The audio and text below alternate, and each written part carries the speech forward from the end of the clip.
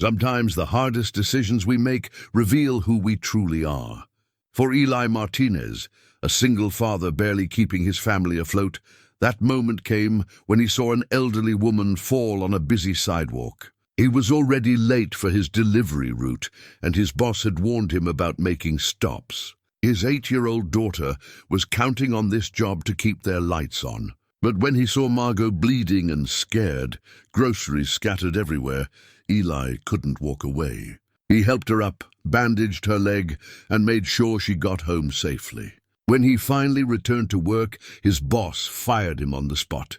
Eli thought his kindness had cost him everything. He had no idea that Margot wasn't just any elderly woman. She was a successful author and philanthropist who had been looking for someone special, someone whose heart was bigger than their circumstances. But would this one act of compassion really be enough to change both their lives forever?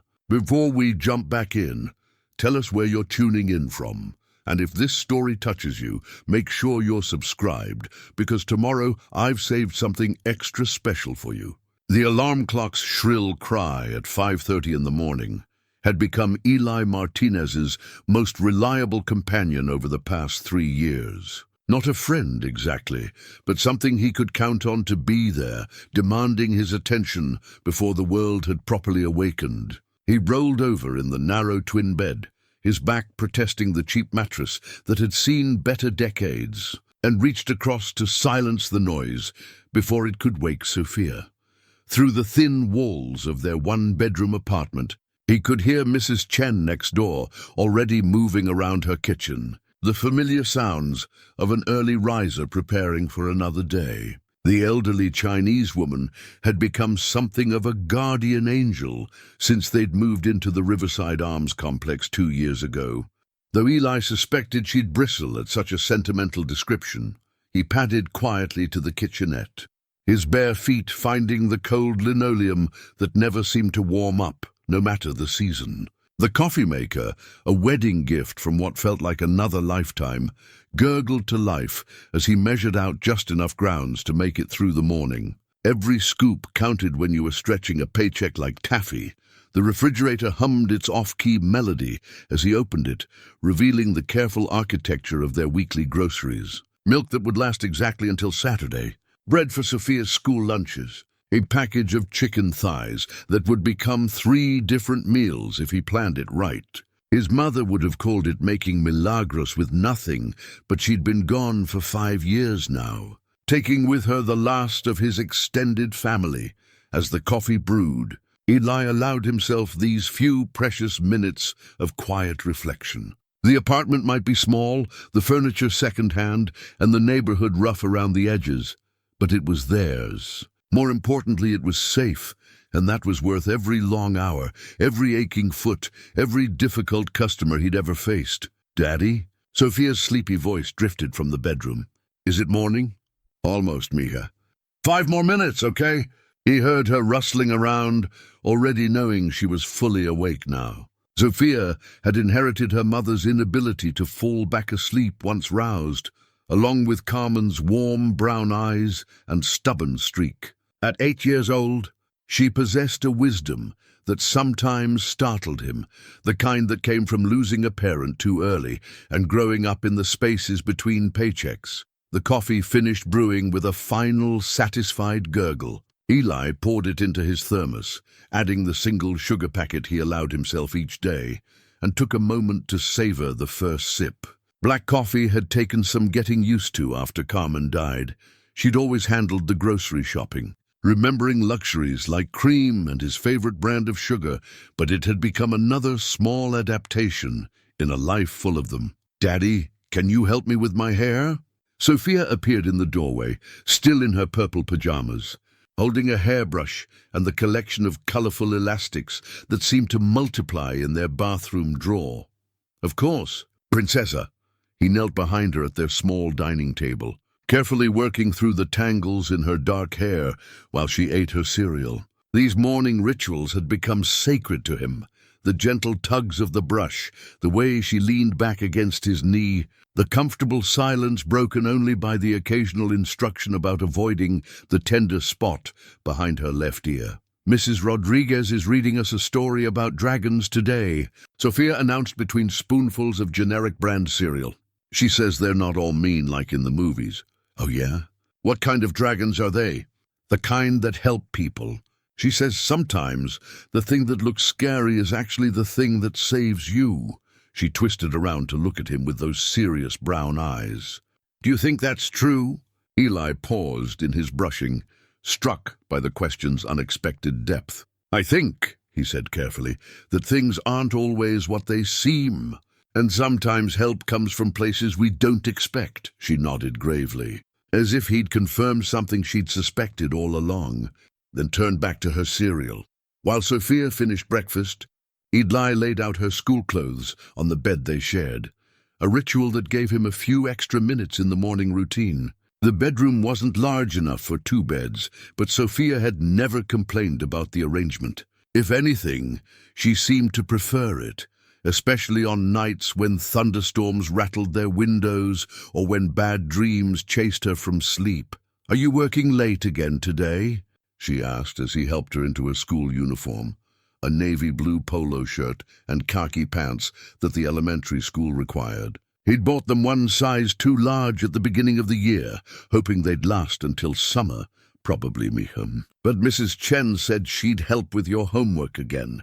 She's teaching me to count in Chinese. Want to hear? Before he could answer, Sophia launched into a careful recitation of numbers, her pronunciation earnest, if not entirely accurate. Eli found himself smiling despite the familiar knot of worry in his stomach about the day ahead. His daughter's resilience continued to amaze him, her ability to find joy in small discoveries, to make friends with their elderly neighbor, to adapt to whatever life handed them with a grace he sometimes struggled to match. After walking Sophia to the bus stop and watching the yellow vehicle carry her toward another day of learning and laughter, Eli returned to the apartment for his final preparations. The delivery company uniform, navy blue polo shirt with premium logistics, embroidered in red, hung on the back of the bathroom door. He'd started the job 8 months ago, after the warehouse position ended, and while it paid slightly better than his previous work, it came with its own set of challenges. Primarily, those challenges wore a supervisor's badge and went by the name Dale Brennan. Eli's phone buzzed with the day's route assignments as he laced up his work boots. 23 deliveries scattered across the city, with timestamps that assumed perfect traffic, no construction delays, and customers who were always home to receive their packages. The algorithm that generated these routes had clearly never driven in rush hour traffic or dealt with apartment complexes where the numbering system followed no earthly logic. He checked his delivery bag for the essentials: portable scanner, extra pens, the small first aid kit he'd started carrying after witnessing too many minor accidents on his routes. The kit had come in handy more than once, a scraped knee here, a small cut there. His mother had always said you could judge a person's character by how they treated strangers in distress, and Eli had taken that lesson to heart. The drive to the depot took 20 minutes through neighborhoods that gradually shifted from working class to industrial. Premium Logistics occupied a converted warehouse on the edge of downtown, its loading docks buzzing with activity as drivers prepared for their daily routes. The company had grown rapidly over the past few years, benefiting from the explosion in online shopping. But that growth hadn't necessarily translated into better conditions for the people who actually delivered the packages. Martinez. Dale's voice cut across the depot floor before Eli had even finished loading his truck. Need to talk to you. Eli's stomach tightened. Conversations that started this way rarely ended well. He secured the last of his packages and walked over to where Dale stood with his clipboard and perpetual scowl. Your delivery times have been slipping, Dale continued without preamble. Corporate's breathing down my neck about efficiency metrics, and you're not helping. I've been meeting the requirements barely. And what's this about multiple stops yesterday that weren't on your manifest? Eli knew exactly what Dale was referring to. An elderly man whose package had been delivered to the wrong apartment. A woman whose prescription medication had been left in the rain. Small detours that added minutes to his day, but made the difference between a customer receiving their package safely or losing something important. Sometimes situations require you to follow protocol, Dale interrupted. Your job is to deliver packages efficiently, not to be everyone's personal problem solver. We've got quotas to meet, and I can't have drivers who think they're running a customer service operation. The knot in Eli's stomach pulled tighter. He needed this job. Sophia needed this job. But he also couldn't ignore people who needed help. It went against everything his parents had taught him, everything he was trying to teach his daughter about being a good person in the world. We understand the priorities, Eli said carefully. I'll focus on efficiency. Dale studied him for a long moment, then nodded curtly. See that you do. I'd hate to have to find a replacement for someone who's been here 8 months. The threat hung in the air between them as Dale walked away. Eli stood there for a moment, feeling the weight of all the mornings that started at 5:30. All the careful budget calculations, all the times he'd tucked Sophia into bed and promised her that everything would be okay. He climbed into his delivery truck and started the engine, pulling out into traffic with Dale's words echoing in his head. The first stop was a downtown office building where he knew the elevator would be slow and the receptionist would be harried. The second was a residential neighborhood where house numbers were barely visible from the street. The third would bring its own challenges, and the fourth, and so on, through 23 deliveries that would determine whether he made it home in time to help Sophia with her homework. As he navigated the morning traffic, Eli found himself thinking about her question from breakfast, about dragons that help people, about things not being what they seem. He wondered if she was learning something in school that he should know about, or if it was just one of those random observations that children make when they're processing the world around them. What he didn't know, as he pulled up to his first delivery of the day, was that in a few hours he would face a choice that would test everything he believed about doing the right thing, regardless of the cost. And that choice would set in motion a series of events that would prove once and for all that sometimes help really does come from the most unexpected places. By 3:15 that afternoon, Eli was running behind schedule. A construction delay on 5th Street had cost him 20 minutes, and a customer who insisted on recounting every detail of their vacation had added another 15. Dale's morning warning echoed in his head as he checked his phone. 7 deliveries left, and the depot closed at 6. Doable, but only if nothing else went wrong. The autumn sun cast long shadows across Maple Street as he double-parked outside a row of Victorian houses that had seen better decades. Package number 17 was addressed to Mrs. Eleanor Whitman at 412B, a second-floor apartment accessed through a side entrance, barely visible from the street. Eli grabbed the medium-sized box, books, judging by the weight and the return address from an online retailer, and jogged toward the building. That's when he saw her. An elderly woman lay sprawled across the sidewalk 20 feet ahead, her body twisted at an unnatural angle. Groceries had scattered in a wide arc around her, apples rolling toward the gutter, a carton of milk leaking white across the concrete, canned goods that had dented when they hit the pavement. Her purse lay open beside her, its contents spilled like secrets across the walkway. Eli dropped the package and ran. "Ma'am? Ma'am, can you hear me?" He knelt beside her, his delivery training kicking in. Check for consciousness first, then assess injuries. Don't move someone unless they're in immediate danger.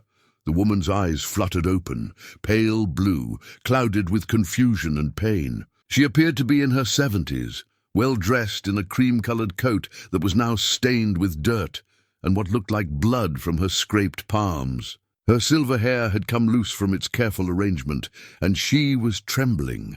"I fell," she whispered, her voice barely audible. "I don't understand. I was just walking." "And then, try not to move," Eli said gently, pulling out his phone to call 911. Then he noticed her leg, bent awkwardly beneath her, and the tear in her stockings that revealed a deep scrape running from her knee to her ankle. Blood was seeping through the fabric. "No, please," she said, struggling to sit up. "No ambulance." I'm fine, really. I just need to get up. Ma'am, you're injured. That cut looks deep. I can't afford. She stopped herself, embarrassment coloring her pale cheeks. I mean, it's not that serious. If you could just help me stand. Eli understood immediately.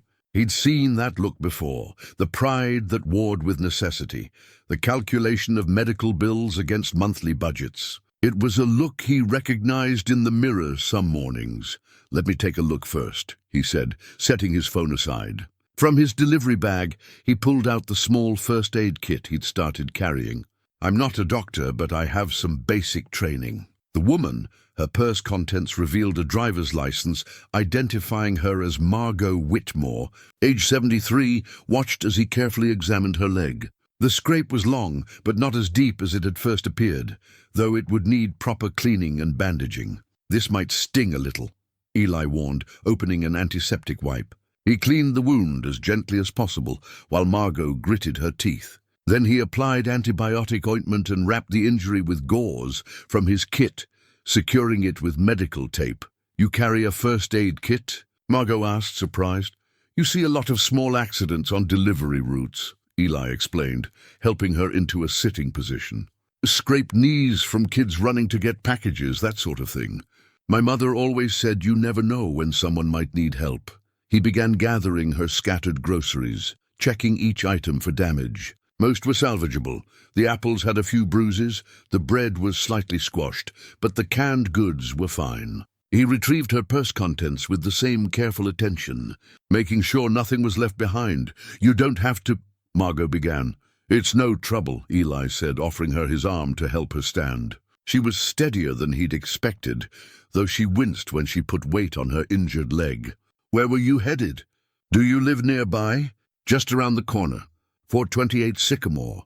She paused, studying his face with those pale blue eyes that seemed to see more than they revealed. You're very kind. Most people would have just called 911 and left. Most people would have stopped to help, Eli replied, though he wasn't entirely sure that was true. No, Margot said quietly. Most people wouldn't. They walked slowly towards Sycamore Street, Eli carrying her grocery bag and staying close in case she stumbled. She lived in a small but well-maintained house with a garden that had been lovingly tended through the seasons. Late roses still bloomed near the front porch, and chrysanthemums added splashes of gold and burgundy to the flower beds.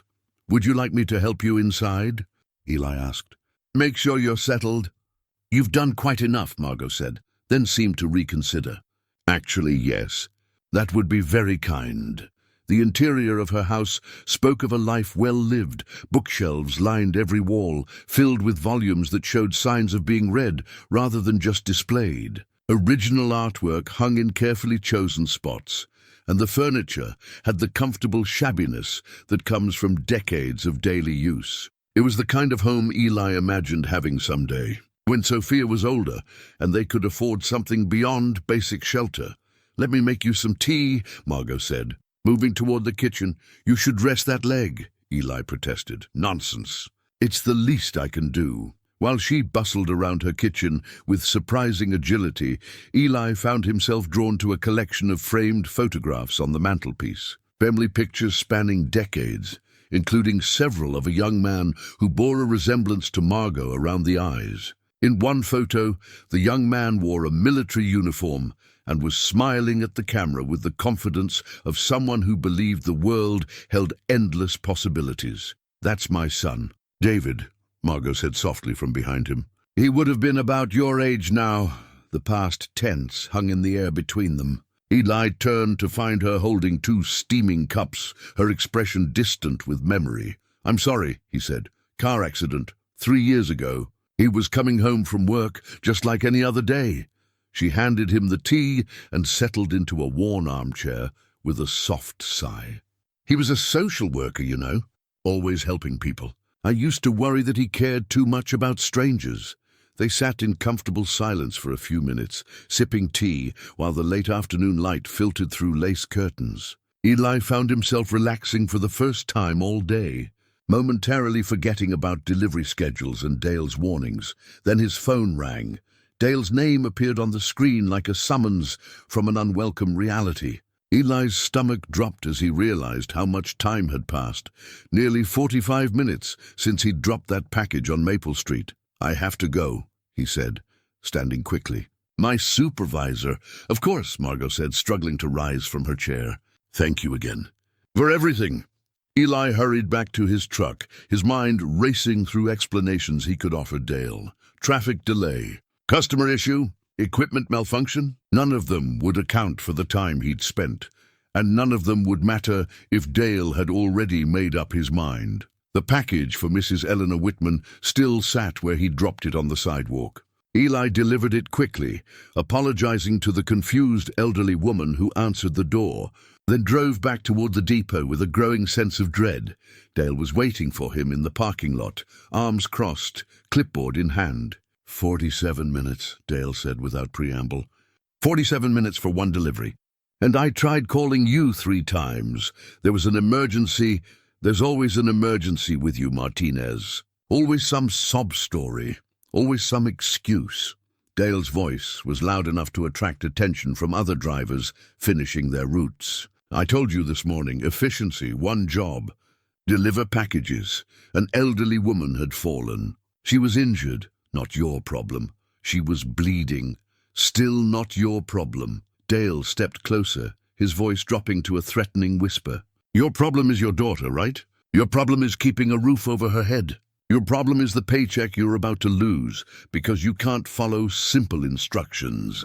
The mention of Sophia hit Eli like a physical blow. Everything he'd done today, helping Margot, making sure she was safe, treating her with the kindness she deserved, suddenly felt selfish and reckless. "I won't let it happen again," Eli said. "No," Dale replied, pulling a pink slip from his clipboard. "You won't." The termination notice was brief and official, citing failure to meet performance standards and violation of company protocols. Eli stared at the paper in his hands, seeing in its corporate language the end of health insurance, the end of steady income, the end of being able to promise Sophia that everything would be okay. "Clear out your truck," Dale said. "Security will escort you off the property." The drive home felt like traveling through a fog. Eli's hands moved automatically, steering, signaling, stopping at red lights, while his mind struggled to process what had just happened. 8 months of work gone. 8 months of building towards something better, erased by 47 minutes of doing what he believed was right. How would he tell Sophia? How would he explain that Daddy had lost another job, that they might have to move again, that the stability she'd grown to depend on was once again slipping away? He parked outside the Riverside Arms and sat in his car for several minutes, staring at the pink slip as if it might change into something else, a commendation, perhaps, or a simple mistake that could be corrected with a phone call. But the words remained the same, and reality settled around him like a weight he wasn't sure he could carry. Eli woke at 5:30 out of habit, his body still programmed for a job that no longer existed. The alarm clock's cry seemed particularly cruel this morning, announcing another day of uncertainty. He lay in bed for a few extra moments, listening to Sophia's soft breathing beside him, wondering how many more mornings they'd wake up in this apartment. 3 days had passed since Dale handed him that pink slip, and Eli had spent every waking hour applying for new positions. His laptop, a refurbished model he'd bought when Sophia started school, sat open on the kitchen table, surrounded by printouts of job applications and a growing stack of rejection letters. Each "thank you for your interest, but we've decided to pursue other candidates" felt like another door closing. The unemployment office had been his first stop after the termination. The benefits would help, but they wouldn't cover rent and groceries and Sophia's school expenses. He needed work, and he needed it soon. "Morning, Daddy," Sophia mumbled, rubbing her eyes as she padded toward the kitchen. She'd been unusually quiet since Tuesday, when he'd finally worked up the courage to tell her about losing his job. His explanation had been carefully crafted. Sometimes companies have to make changes. It wasn't anything he did wrong. They'd figure things out together. But Sophia was too smart to miss the worry lines that had deepened around his eyes. "Morning, Princessa. What do you want for breakfast?" "We still have cereal, right?" The question carried more weight than it should have from an 8-year-old. Of course we do. He poured her a bowl, grateful that he'd bought the large size last week. Small victories in the mathematics of survival. While Sophia ate, Eli scrolled through online job listings on his phone. Warehouse positions that required experience he didn't have. Retail jobs that paid minimum wage and offered no benefits. Delivery driving for various companies, each with their own version of Dale, waiting to make his life difficult. A knock at the door interrupted his search. Mrs. Chen stood in the hallway, holding a covered dish that smelled like heaven. Leftover soup, she said, in her no-nonsense way. Too much for one person. Eli had learned to accept Mrs. Chen's leftovers without argument. The elderly woman had an uncanny ability to cook exactly too much food whenever his family was struggling, and her pride wouldn't allow him to refuse what she framed as helping her with a problem. "Thank you," he said, accepting the container. "Would you like to come in for coffee?" "Already had coffee, but I talk to you while little one gets ready for school." Mrs. Chen settled herself at their small table with the authority of someone who'd earned the right to speak plainly. She'd been watching Sophia after school for the past 6 months, refusing payment but accepting the occasional grocery run or household repair as compensation. "You find new work yet?" she asked. "I'm looking. Have some interviews lined up." This was only partially true. He had one interview scheduled for Friday at a shipping company across town. Good. But you know, pride is an expensive thing. Can't eat pride, can't pay rent with pride. Eli understood what she was suggesting. The local food bank, assistance programs, help from the community center. Resources for people who'd run out of other options. He wasn't there yet. His savings would last another 3 weeks, maybe 4 if he was careful. But he appreciated her practical concern. "I'll keep that in mind," he said. After walking Sophia to the bus stop, Eli returned to his job search with renewed determination. He applied to 15 positions before noon, crafting individual cover letters for each one, adjusting his resume to highlight relevant experience. The process was exhausting and demoralizing, but it was work of a sort. His phone rang just after lunch. Unknown number, local area code. "Mr. Martinez, this is Jennifer from Rapid Express Delivery. We received your application and wondered if you could come in for an interview this afternoon." Eli's heart jumped. "Absolutely. What time works best? Would 2:30 be convenient?" "We're located on Industrial Boulevard." He knew the area, a cluster of warehouses and distribution centers near the airport. Not the best neighborhood, but work was work. "I'll be there." The Rapid Express office was located in a converted shipping container that had been painted corporate blue and white. The parking lot was full of delivery trucks in various states of repair, and the whole operation had the slightly desperate efficiency of a company trying to compete with larger competitors. Jennifer turned out to be a harried woman in her 40s who conducted the interview while simultaneously answering phone calls and signing invoices. The job was essentially identical to his previous position, local package delivery, paid by the route. Minimal benefits, but the pay was 15% lower than what Premium Logistics had offered. "When can you start?" Jennifer asked after a perfunctory review of his experience. "Immediately." "Good. We'll need you to pass a background check and drug test, standard procedure." "Can you be here Monday morning at 6 for training?" Eli felt a surge of relief so powerful it made him dizzy. Not the best job, not the best pay, but employment. A paycheck, health insurance after 90 days. The ability to look Sophia in the eye and promise that everything would be okay. He was walking back to his car when his phone rang again. This time it was Jennifer, and her voice had changed. "Mr. Martinez, I'm sorry, but I just got off the phone with your previous employer. They provided a reference that raises some concerns about reliability and following company protocols." Eli's stomach dropped. Dale had sabotaged him just as he'd feared. "I can explain." "I'm sure you can, but we've decided to go with another candidate." "Thank you for your time." The call ended, leaving Eli standing in an industrial parking lot with his hand still pressed to his ear, processing the reality that Dale's vindictiveness would follow him wherever he tried to work. How many other potential employers would call premium logistics? How many doors would that reference close? He sat in his car for several minutes, fighting the urge to call Dale and demand an explanation. It would accomplish nothing except to give Dale the satisfaction of knowing he'd landed another blow. Instead, Eli drove to the library and spent the afternoon applying for jobs that were farther from home. With companies that might not bother to check references as thoroughly, the stack of applications grew throughout the week. Pizza delivery driver, night security guard, part-time sales associate at 3 different retail stores. Eli applied for all of them, swallowing his pride and tailoring his resume to match whatever requirements each position demanded. By Friday, he'd received exactly 1 callback for a position at a discount electronics store that paid barely above minimum wage and offered 25 hours per week, maximum.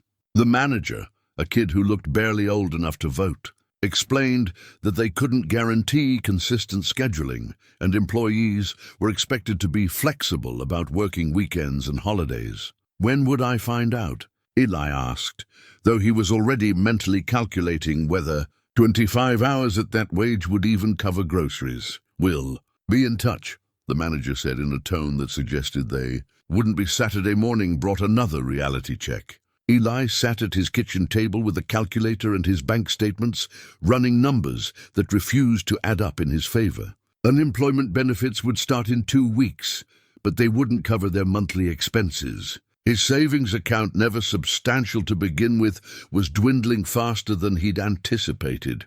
Rent was due in 12 days.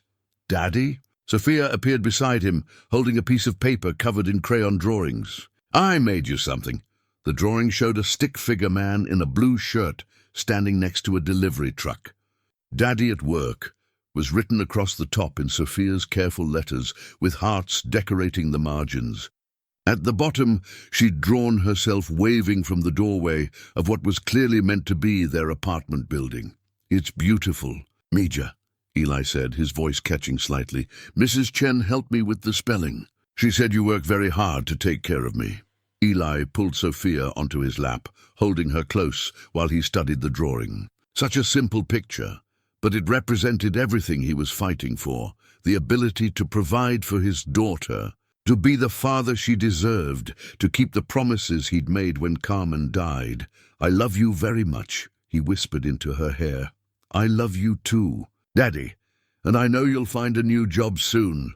Her faith in him was absolute and terrifying. Children believed their parents could fix anything, solve any problem, make any situation better through sheer force of will and love. Sophia had no idea how precarious their situation was becoming.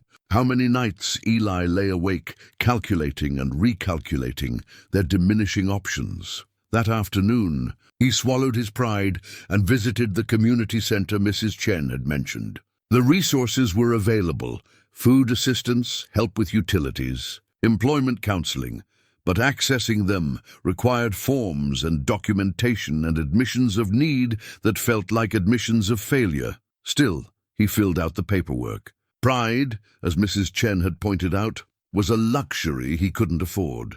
Sunday evening, after Sophia had gone to bed, Eli sat on their small balcony and looked out over the city lights. Somewhere out there were jobs he could do, employers who wouldn't be swayed by Dale's poisonous reference, opportunities that would allow him to rebuild the stability his family needed. He just had to find them before time ran out. The unemployment check arrived on a Tuesday morning, and Eli stared at the amount with a mixture of relief and dread. It was something, but it wasn't enough. Even with careful budgeting, the weekly payments wouldn't cover their basic expenses, let alone the small emergencies that seemed to multiply when money was tight. He'd been out of work for 2 weeks now, and the rejection letters had started to blur together. "Thank you for your interest. We've decided to pursue other candidates. Your experience doesn't align with our current needs." Each polite dismissal felt like another step toward an edge he couldn't see but could sense. Approaching, Sophia had stopped asking directly about his job search, but Eli could see her watching him more carefully, processing the small changes in their routine. Dinner had become simpler, pasta with butter instead of the sauce she liked, generic cereal instead of the name brand, a tap water instead of the juice boxes she'd grown accustomed to packing for lunch. "Daddy, why are you sad?" she asked one morning as he walked her to the bus stop. The question caught him off guard. He thought he'd been hiding his stress better than that. "I'm not sad, Princessa. Just thinking about grown-up things. Is it because you don't have a job anymore?" There was no judgment in her voice, just the straightforward curiosity of a child trying to understand her world. Eli knelt down to her level, meeting those serious brown eyes that reminded him so much of Carmen. "I'm looking for a new job," he said carefully. "Sometimes it takes a little while to find the right one. Mrs. Chen says you're a good worker. She says any company would be lucky to have you." The faith in Mrs. Chen's assessment, delivered with such certainty by his 8-year-old daughter, nearly broke his heart. If only hiring managers could see what his neighbor saw: reliability, kindness, dedication to doing the right thing, even when it cost him.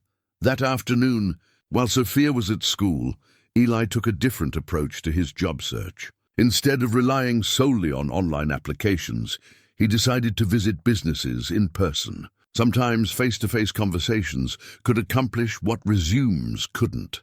His first stop was a local hardware store where he'd shopped occasionally. The owner, a gruff man named Frank who'd run the place for 30 years, listened to Eli's pitch with the patience of someone who'd hired his share of desperate people over the years.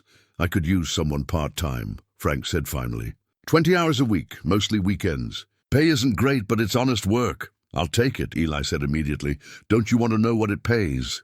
"Whatever it is, I need the work." Frank studied him for a long moment, then nodded. "Start Saturday, 8 to 4. We'll see how it goes." It wasn't full-time employment, and the wages Frank quoted were barely above minimum, but it was something. A start. Eli shook hands with Frank and left the hardware store, feeling lighter than he had in days. His second stop yielded another small victory: a restaurant owner who needed someone to deliver food orders 3 evenings a week. The pay was minimal, mostly tips, but it would add up.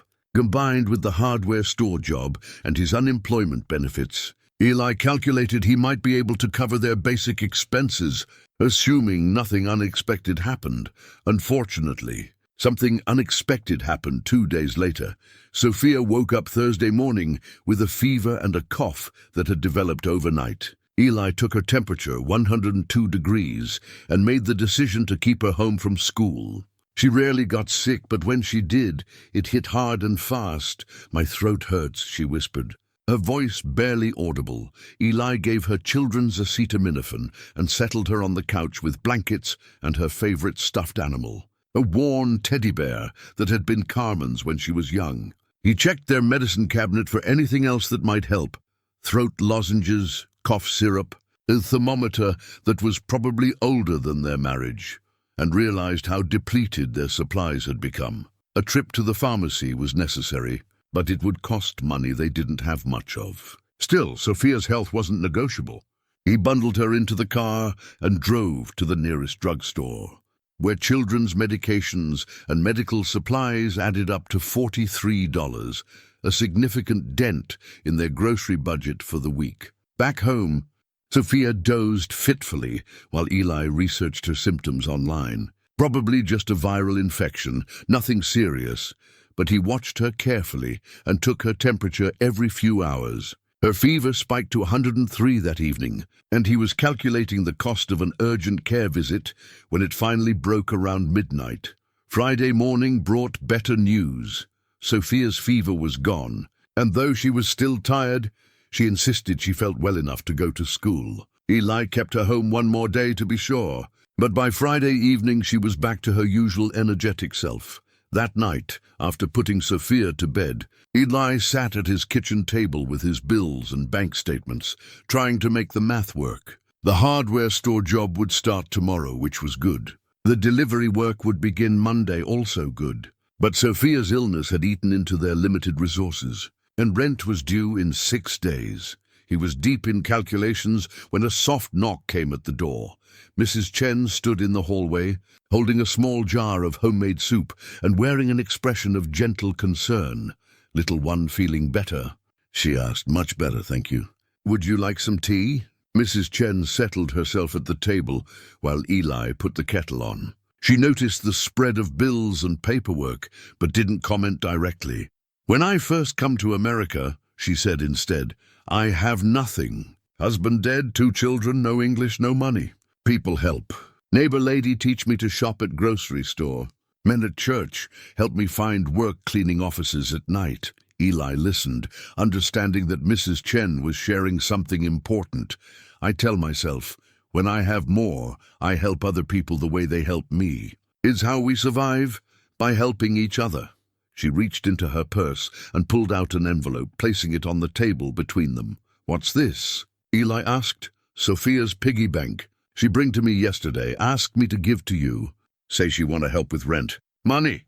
Eli opened the envelope and found himself staring at $27 in small bills and coins, every penny Sophia had, saved from allowances and birthday gifts over the past year. The careful way she'd folded each bill, the way she'd wrapped the coins in tissue paper, told him she'd spent considerable time preparing this gift. "I can't take this," he said, his voice thick with emotion. "She very worried about you. Children, they see everything even when we think we hide it good. But it's her money, is her family," Mrs. Chen said firmly. "She want to help her family. You take money. You tell her thank you. You let her be part of solution. Otherwise, she feel helpless. Is worse than being poor." Eli stared at the envelope, overwhelmed by his daughter's generosity and terrified by what it represented. That she'd noticed their financial stress despite his efforts to shield her. That she felt responsible for helping in ways no 8-year-old should have to consider. "She also asked me something else," Mrs. Chen continued. "She want to know if we can sell some of her toys. The ones she doesn't play with anymore. She think maybe that helped too. That nearly broke him." The image of Sophia carefully evaluating her possessions, deciding what she could sacrifice to help her father, was almost too much to bear. "Mrs. Chen," Eli said quietly, "I don't know how to—" "You say thank you. You hug your daughter. You let her know she help her family when family need help. Is important lesson." After Mrs. Chen left, Eli sat with Sophia's envelope in his hands, thinking about pride and necessity and the impossible love that could make a child want to empty her piggy bank for her father's sake. The money wouldn't solve their problems, but it would buy groceries for several days, and that was something. More importantly, it reminded him that he wasn't facing this crisis alone. Sophia was his partner in this, whether he wanted to acknowledge it or not, and she deserved honesty about their situation, age-appropriate honesty, but honesty nonetheless. When she woke up Saturday morning, looking much better and asking for pancakes, Eli decided to have that conversation. "Sophia," he said as he mixed batter, "Mrs. Chen brought me something last night. Something from you." She looked up from her coloring book, suddenly serious. "Did she give you my money?" "Yes, she did. And I want to talk to you about that." He sat down beside her, choosing his words carefully. "Princesa, I know you've noticed that things have been different since I lost my job. I've been trying not to worry you, but maybe I should have talked to you about it sooner." "I know we don't have as much money," Sophia said matter-of-factly. "That's why we eat pasta more now, and why you look sad sometimes when you think I'm not watching." Her perception was both astounding and heartbreaking. "You're very smart. And you're right, we don't have as much money right now. But we're going to be okay. That's why I wanted to help. Families help each other, right?" "Right, and your gift, it means everything to me. Not because of the money, but because it shows how much you care about our family." He reached over and pulled her into a hug. "I'm going to start 2 new jobs this week. Things are going to get better. But I want you to know that taking care of our family is my job, not yours. You just need to be 8 years old and let me worry about the grown-up things. But I can still help sometimes, right?" "You help every day," Eli said, kissing the top of her head. "Just by being you." 3 weeks into juggling 2 part-time jobs, Eli had settled into a rhythm that left him exhausted but hopeful. The hardware store work was straightforward.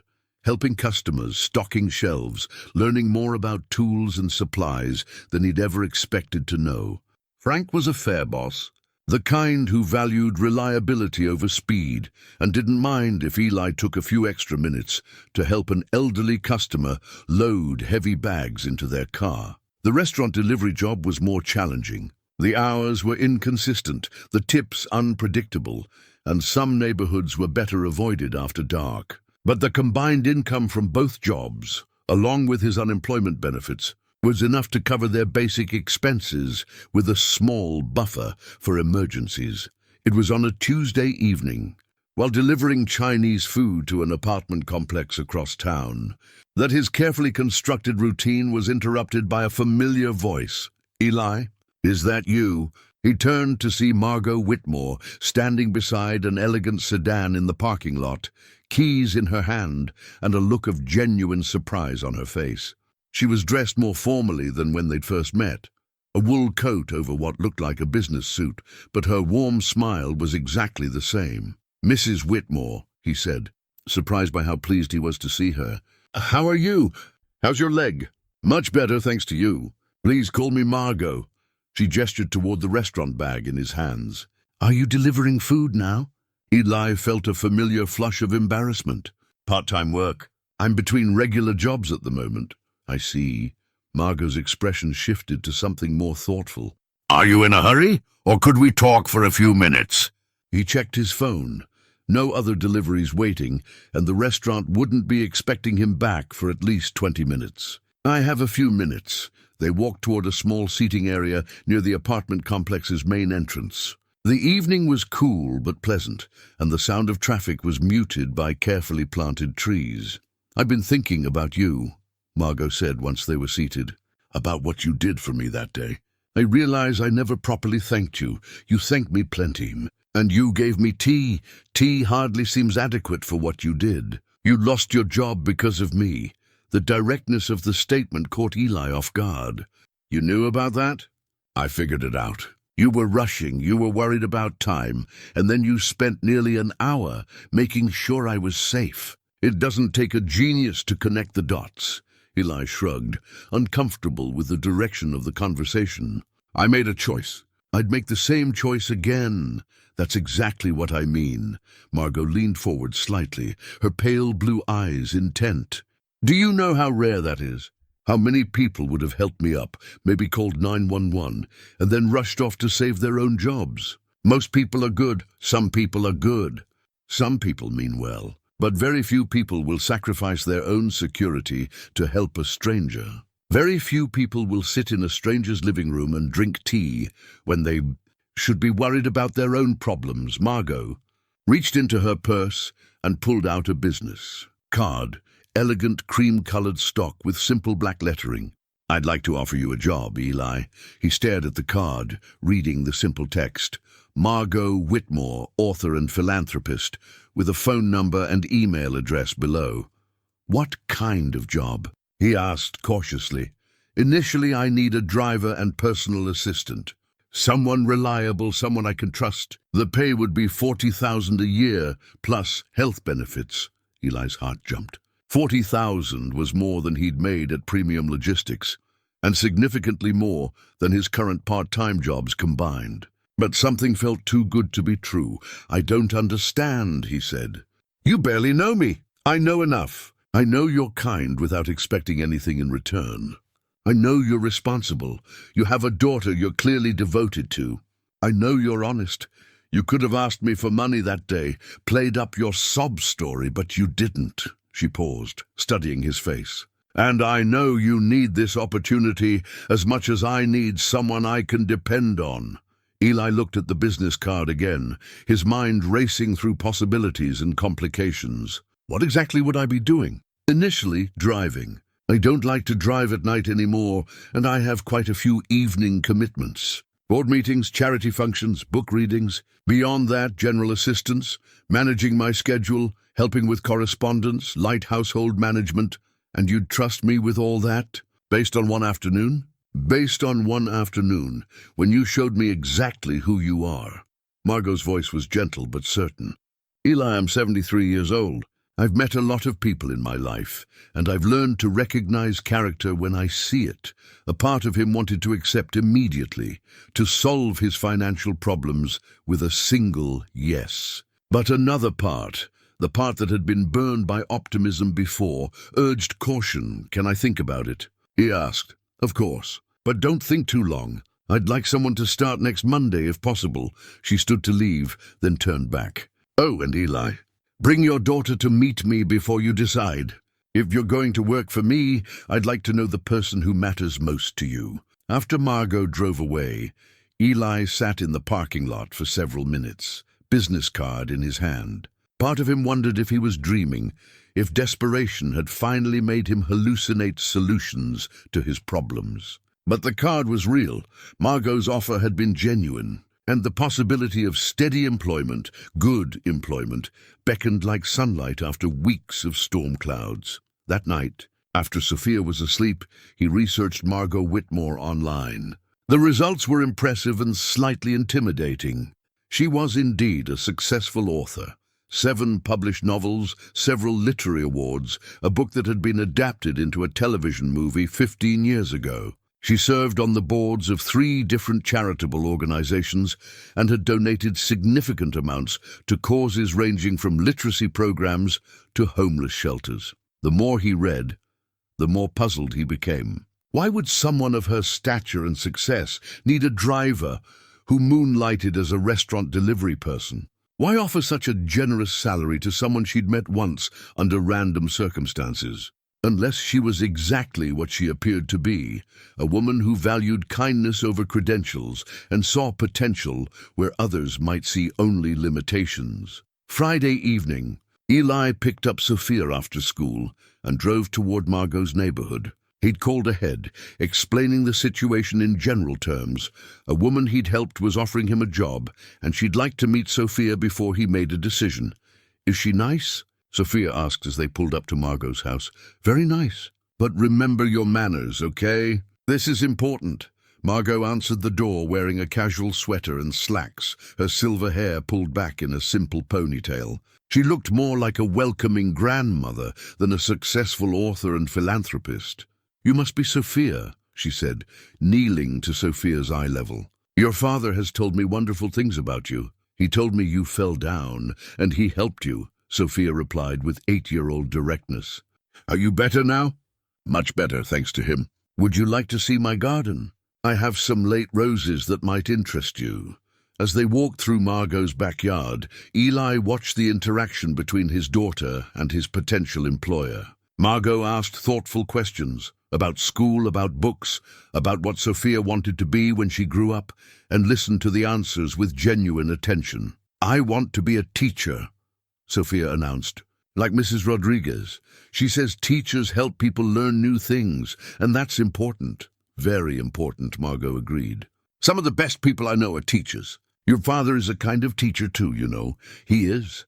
He teaches by example. He shows people how to be kind and helpful. That's the best kind of teaching there is. Inside the house, Margot served them tea and homemade cookies, while Sophia explored the bookshelves with wide-eyed fascination. She can read any book that interests her, Margot said quietly to Eli.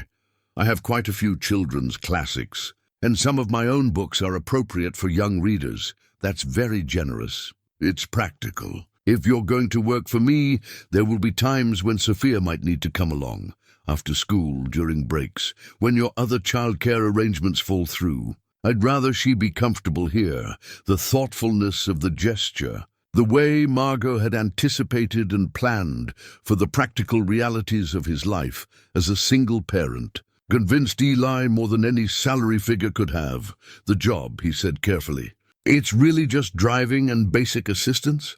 To start with, yes, but I hope it will grow into something more substantial over time. I have some projects in mind, philanthropic ventures that could use someone with your particular qualities. What qualities? Integrity, compassion, the ability to see people as individuals rather than statistics. Margot watched Sophia, who was now curled up in a corner chair with a book of fairy tales. And the perspective that comes from understanding what it's like to struggle, to worry about providing for the people you love.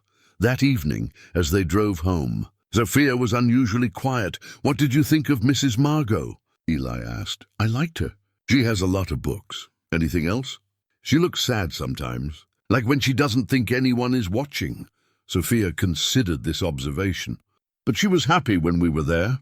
"I think she gets lonely." Once again, his daughter's perceptiveness amazed him. She'd noticed something in Margot that Eli had missed, a loneliness that wealth and success couldn't fill.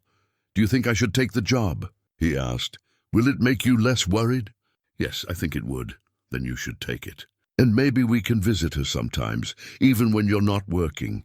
She seems like she could use more friends." That night, Eli called Margot and accepted her offer. Working for Margot was unlike any job Eli had ever held. On his first Monday morning, she met him at her front door with a cup of coffee, prepared exactly how he liked it. She'd somehow remembered from their conversation the previous week, and a manila folder containing what she called his orientation materials. "I thought we'd start slowly," she said, leading him to a small office space she'd set up in what had once been her dining room. "Today is mostly about understanding how I organize my life, what commitments I have coming up, and how you might best help me manage everything."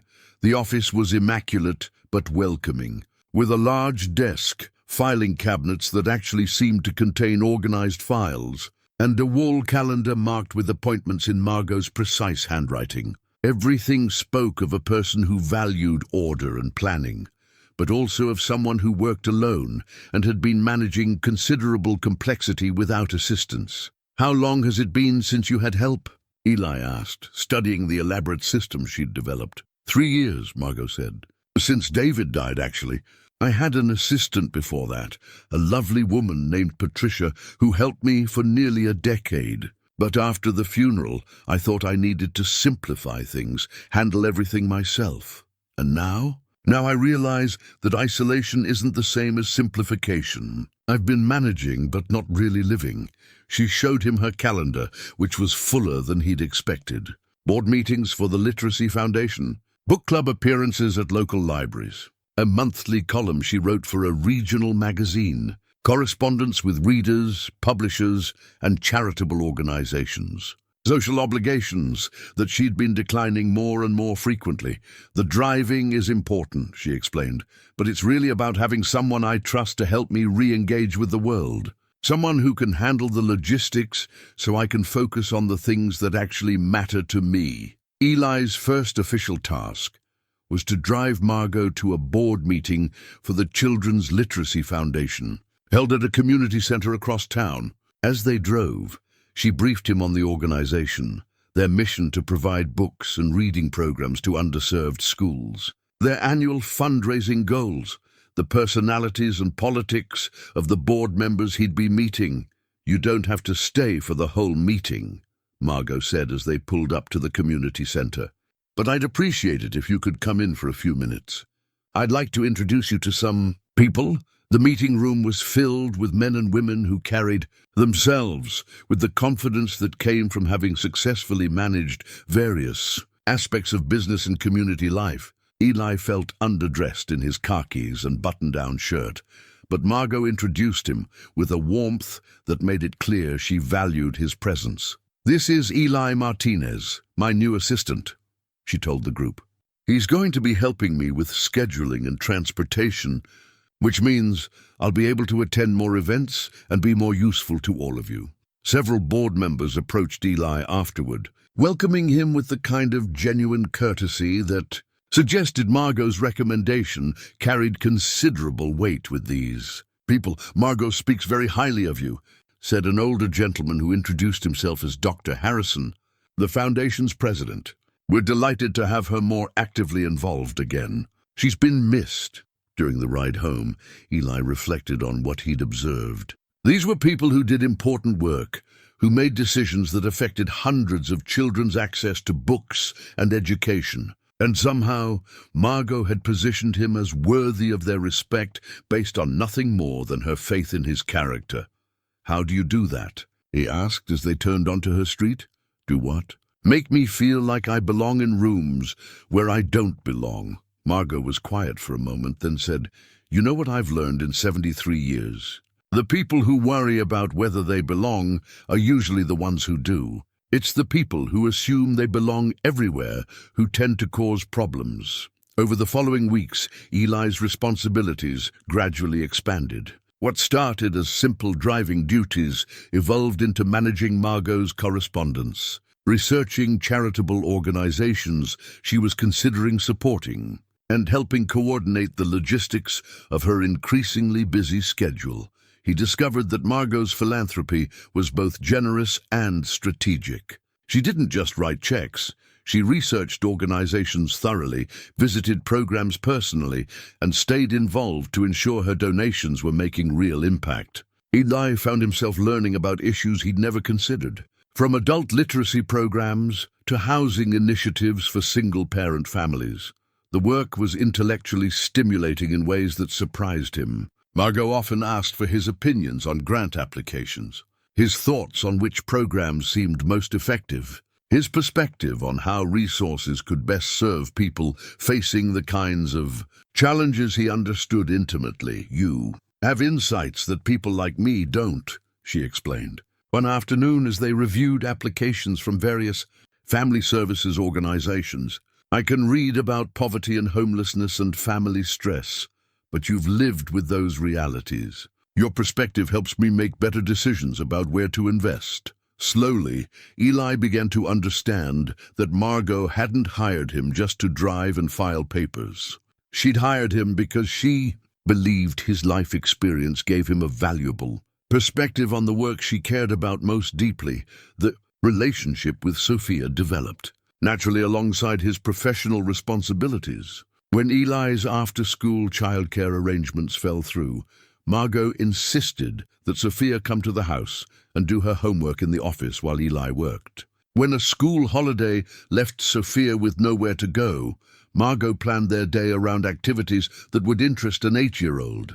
"Can I help you write letters?" Sophia asked one afternoon, watching Eli respond to correspondence on Margot's behalf. "What kind of letters would you like to write?" "Thank you letters. To the people who give books to schools." Margot, overhearing from across the room, looked up from her own work with a smile. "I think that's an excellent idea. Some of our donors would love to hear from a young reader about why their support matters." Before long, Sophia's carefully written thank you notes became a regular part of their correspondence. Donors began writing back, expressing delight at hearing from an actual child whose education their contributions supported. Several mentioned that Sophia's letters had inspired them to increase their giving. "She has your gift for connecting with people," Margot observed one evening as they prepared to leave. "That ability to see the person behind the title or the donation amount." 3 months into the job, Eli realized that his relationship with Margot had evolved beyond employer and employee into something closer to partnership. She valued his opinions, sought his input on decisions, and increasingly involved him in the strategic aspects of her philanthropic work. More surprising was how much he'd grown to value their conversations. Margot was a thoughtful listener and an insightful observer of human nature. She asked questions that helped him see his own experiences from new angles, encouraged him to think about possibilities he'd never considered. "Have you ever thought about going back to school?" she asked one day as they drove back from a meeting with scholarship recipients at a local community college. "Sometimes. But between work and Sophia, there isn't really time. Or money. What would you study if you could?" Eli considered the question. "Maybe social work. Or non-profit management. Something that would let me help people the way you do." Margot nodded thoughtfully, but didn't pursue the subject further. It wasn't until later that Eli realized she'd been planting seeds for conversations that would come later, possibilities that were already taking shape in her mind. That evening, as he helped Sophia with her homework while Margot prepared dinner for all 3 of them, another routine that had developed naturally, Eli reflected on how much his life had changed in such a short time. 6 months ago, he'd been struggling to keep basic employment, worried constantly about rent and groceries. feeling like he was failing at the most important job he'd ever had, being Sophia's father. Now he had work that was meaningful and well paid, benefits that covered their healthcare needs, and a growing sense that he was building towards something larger than mere survival. Most surprisingly, he'd found friendship in a place he'd never expected to look. Margot had become not just his employer, but a mentor, advisor, and increasingly family. "Daddy," Sophia said as they prepared to go home, "Mrs. Margot is working on something secret, isn't she? What makes you think that?"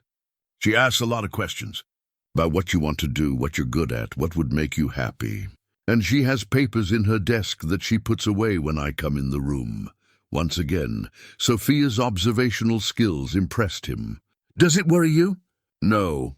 I think it's something good. Something that will help people."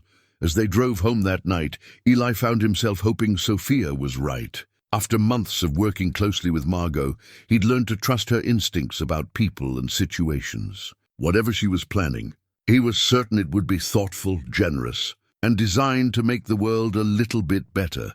He had no idea just how dramatically those plans would change his life. It was on a Thursday afternoon in November, while Eli was organizing files in Margot's office, that he found the photograph that changed everything he thought he understood about his employer.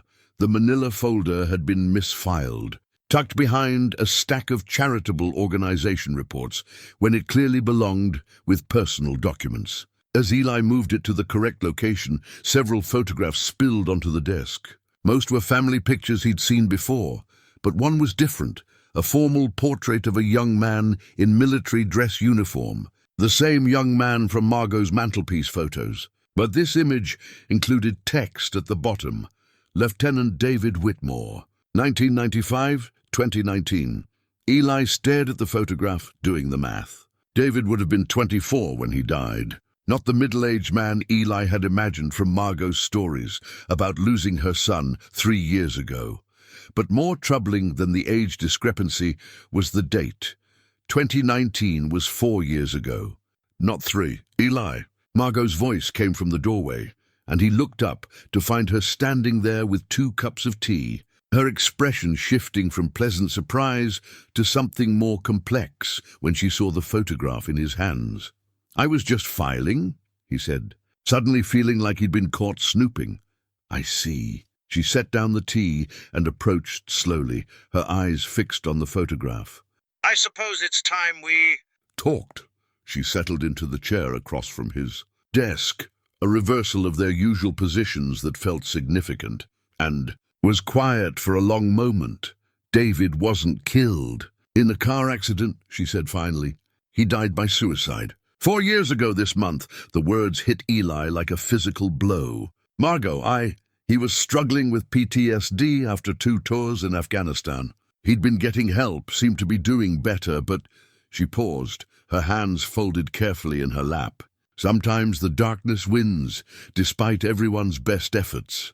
Eli set the photograph down gently, trying to process this revelation and its implications. "Why didn't you tell me the truth?" "Because suicide carries a stigma that car accidents don't. Because people react differently when they know. Because I wasn't ready to trust you with the most painful part of my life. And now I realize I can't ask you to help me with what I'm planning without you understanding why it matters so much to me." Margot stood and moved to her filing cabinet, removing a thick folder that Eli had noticed her handling privately on several occasions. She placed it on the desk between them. David spent his last 2 years working with veteran services and homeless outreach programs. He was passionate about helping people who'd fallen through society's cracks, people who were struggling with mental health issues, addiction, job loss, family crisis. People like me. Eli finished quietly. People like both of us, in different ways. Margot opened the folder, revealing architectural drawings, legal documents, and detailed business plans. Before he died, David and I had talked about creating a foundation that would provide more than just financial assistance. Something that would offer comprehensive support: employment, housing, counseling, education, family services, all coordinated and designed to help people rebuild sustainable lives. Eli studied the documents, recognizing elements of social work programs he'd encountered during his own periods of struggle, but organized in a way that addressed the gaps and disconnects that made existing systems less effective than they could be. David called it the Second Chance Foundation, Margot continued. He believed that most people who were struggling weren't looking for handouts. They were looking for genuine opportunities to build better lives. But those opportunities had to be real, substantial, and supported by people who understood what it meant to start over. "This is what you've been working on," Eli said, understanding flooding through him. "All the questions about my experience, my thoughts on the organizations we've been researching. I've been trying to understand how to make David's vision real, and I've been trying to determine whether you might be interested in helping me lead it." The magnitude of what she was suggesting took several moments to fully register.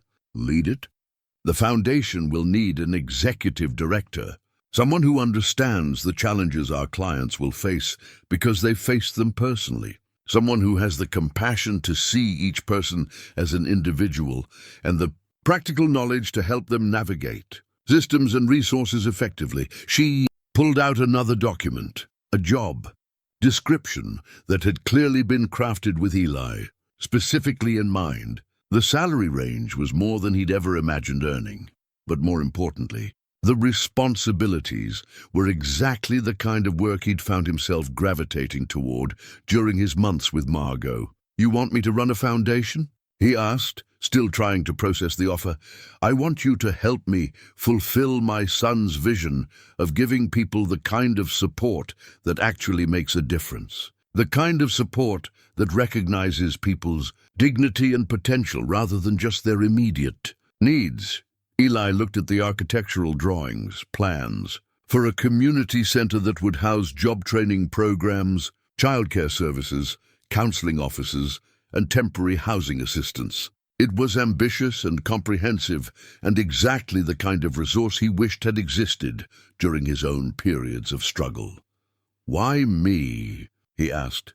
"There must be people with more experience, more credentials maybe, more experience with the theoretical aspects of poverty and family crisis, possibly, but not more experience with what it actually feels like to worry about rent money while trying to be a good parent. Not more experience with the daily humiliations of job hunting when you're desperate. Not more experience with having to choose between pride and survival." She paused, her pale blue eyes intent on his face. "And not more experience with maintaining kindness and integrity when it would be easier to become bitter or cynical." The reference to the day they'd met, his choice to help her despite the professional cost, hung in the air between them. David believed that the people who could best help others in crisis were people who had navigated crisis themselves and emerged with their humanity intact. He believed that shared experience created trust and understanding that no amount of professional training could replace. Eli thought about the scholarship recipients they'd met, how they'd responded to him differently than they responded to other board members. The way people seemed more comfortable sharing their struggles with him, more willing to accept suggestions when they came from someone who clearly understood what they were facing. "This is why you hired me," he said, the pieces finally falling into place. "I hired you because you showed remarkable character under difficult circumstances. Everything since then has confirmed that assessment." Margot smiled slightly. "Though I'll admit I had hoped we'd reach this conversation eventually, and if I said no, then you'd continue working for me as long as you wanted to, with my gratitude and respect. This isn't a condition of employment, Eli. It's an invitation to do work that I think would be meaningful to both of us." That evening, Eli sat with Sophia at their kitchen table, trying to explain the opportunity Margot had presented without overwhelming his 8-year-old daughter with the complexity of adult decisions. "So Mrs. Margot wants you to help run a place that helps families like ours?" Sophia asked, something like that. "It would be a big responsibility, though, and it would mean some changes in our life. Good changes?" "I think so. But it would also mean that sometimes I'd be very busy. working on things that are important but might take time away from us. Sophia considered this seriously. Would it help other kids whose daddies lost their jobs? Yes, it would. Then I think you should do it. And I think Mrs. Margot's son would be proud. Once again, Sophia's wisdom and generosity amazed him. At 8 years old, she'd grasped something that adults sometimes missed, that meaningful work required sacrifice. But that sacrifice could be worthwhile when it served something larger than immediate self-interest. That night, after Sophia was asleep, Eli called Margot. "I'd like to try," he said without preamble. "Are you sure? It won't be easy work. Foundation management is complex, and the problems we'll be trying to address don't have simple solutions, I'm sure. Not because I think it will be easy, but because I think it matters. And because I think David was right. Sometimes the best help comes from people who understand what help actually looks like." There was a long pause before Margot spoke again, and when she did, her voice was thick with emotion.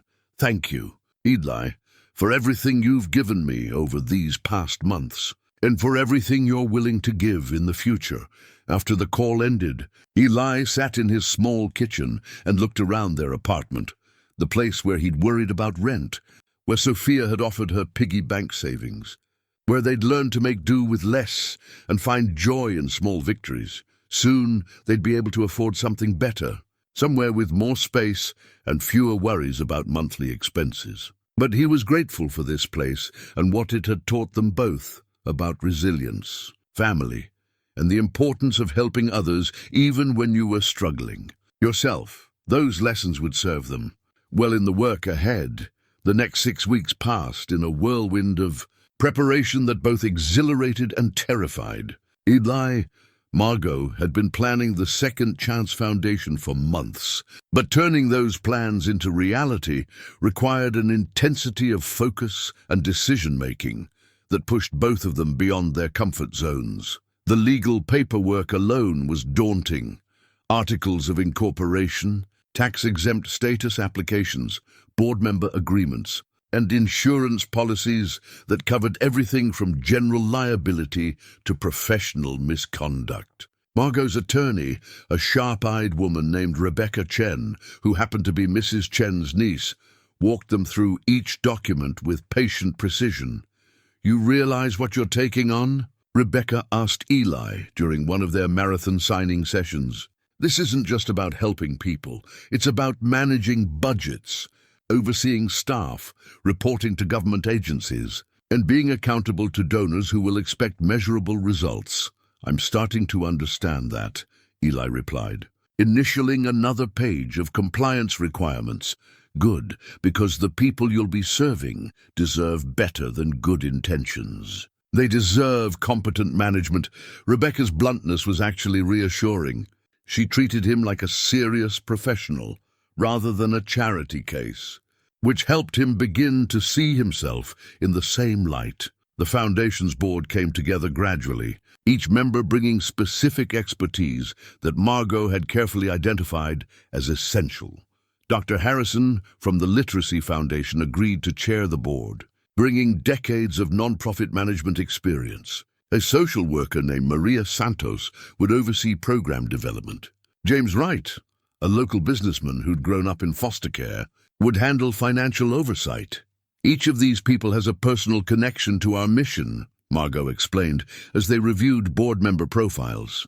"They're not just lending their names, they're investing their credibility in what we're trying to build." The most challenging aspect of the preparation was Eli's own education in foundation management. Margot enrolled him in an intensive non-profit leadership program offered by the state university, which meant 3 evenings a week of classes on topics like grant writing, program evaluation, and organizational development. The other students in the program were mostly people with master's degrees in social work or public administration. Eli often felt out of place during discussions about theoretical frameworks and policy analysis, but he gradually realized that his practical experience provided insights that academic training sometimes missed.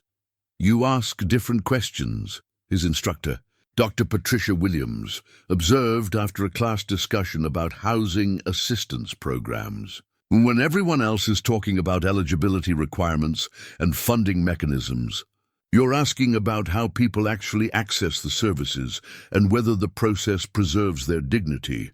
Is that good or bad? It's essential.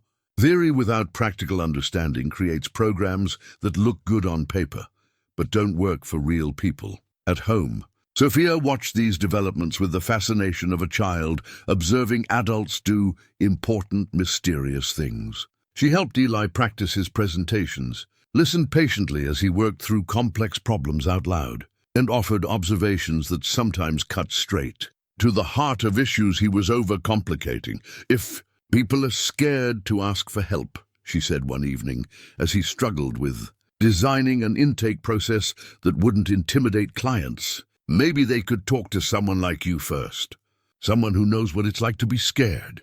Her suggestion led to one of the Foundation's key innovations, peer advocates who would help new clients navigate services and feel comfortable asking for assistance. It was the kind of insight that came from understanding human nature rather than administrative systems.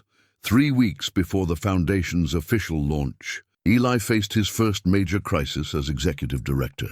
The community center they'd planned to lease, a former church building that would have been perfect for their programs, was suddenly unavailable due to a zoning dispute with the city. "We can postpone the launch," Margot suggested when the news came in.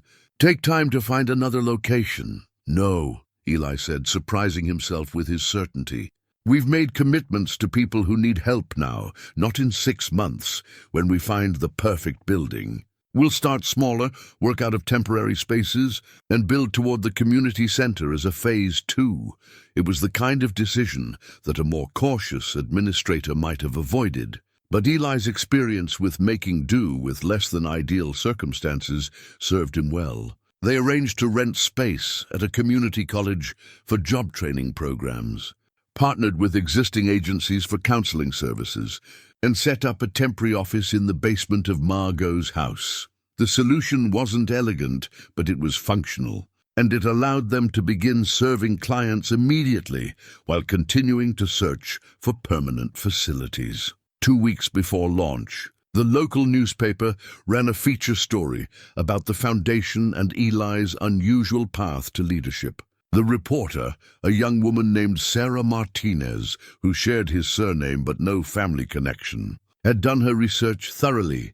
"It's rare to see someone with no formal non-profit experience appointed to lead a foundation," she wrote. "But Eli Martinez's qualification isn't academic, it's personal. He understands poverty not as an abstract social problem, but as a daily reality that affects every aspect of family life." The article included quotes from board members praising Eli's insights and commitment, but it also raised questions about whether good intentions were sufficient for complex organizational leadership. Reading it, Eli felt the familiar knot of self-doubt that had plagued him since accepting Margot's offer. "You're having second thoughts," Margot observed that evening as they reviewed final preparations. "I'm having realistic thoughts. Maybe the newspaper's right. Maybe wanting to help people isn't enough. Of course it's not enough. But it's necessary, and it's something that can't be taught in graduate school." Margot set down her papers and looked at him directly. "Eli, do you remember the day we met? Of course. You made a choice that cost you your job because you saw someone who needed help and couldn't walk away. That choice led to everything that's happened since. Our friendship, your work with me, and now this foundation." She paused, gathering her thoughts. "The people we're going to serve need someone who understands that sometimes the most important thing you can do is exactly the thing that seems least practical at the moment. They need someone who values human dignity over administrative efficiency.